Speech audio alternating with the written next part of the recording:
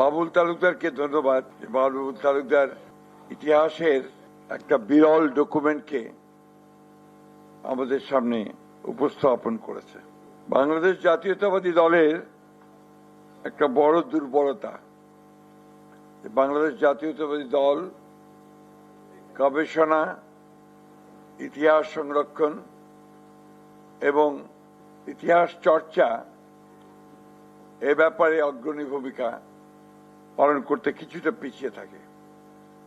সেই ক্ষেত্রে বাবুল তালুকদার এই কাজটা করে আমাদের সেই অভাবটা কিছুটা হলেও পূরণ করেছে এবং সেই সঙ্গে আমাদের আমি সবচেয়ে বেশি, এটা যদি আমি না বলি তাই অন্যায় হবে, এ ব্যাপারে সবচেয়ে বেশি ধন্যবাদ দেওয়া দরকার আমাদের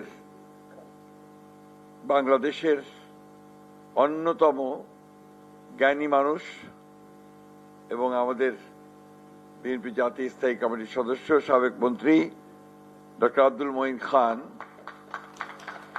তিনি এই ডকুমেন্টটি তৈরি করার ব্যাপারে তাকে সর্বতোভাবে শুধু সহযোগিতা করেছেন তাই নয়, একে আরো সমৃদ্ধ করার জন্য তার যে ইন্টেলেকচুয়াল ক্যাপাবিলিটি আছে তা দিয়ে তিনি সেটাকে সহায়তা করেছেন। এই ফ্যাসিস্ট হাসিনার বিরুদ্ধে লড়াই করতে গিয়ে যারা প্রাণ দিয়েছে, শহীদ হয়েছে, পঙ্গু হয়েছে, আমার এখনো মায়ের ডাকের সেই দিনগুলোর কথা মনে পড়ে। প্রতিটি সঞ্জিদা তুলি যখন তাদেরকে নিয়ে আসতো ম্যাডামের সামনে, এগুলো আমরা ভুলতে পারি না। আমি আশা করব এই বিষয়ে আমার অনুরোধ থাকবে, আমরা সর্বত্র সহযোগিতা করব। যেহেতু বাবুল তালুকদারের একটা উদ্যোগ আছে, এই উদ্যোগটা সে আবার গ্রহণ করবে রিসার্চের মধ্য দিয়ে। ডক্টর মঈন খান আমার মনে এই ব্যাপারে সাহায্য করতে পারবেন। একটা রিসার্চ করে এই 17 বছরের সত্যিকার অর্থে ইতিহাসটাকে তুলে নিয়ে আসা। আমি এখানে কোনো সংকীর্ণতায় ভুগি না যে আমার কৃতিত্ব থাকলো কি থাকলো না, বিএনপির কৃতিত্ব থাকলো কি থাকলো না, এটার আমার সংকীর্ণতায় ভোগার কোনো কারণ নেই। আমরা সবাই লড়াই করেছি এবং সে লড়াইটা করেছি গণতন্ত্রের জন্য।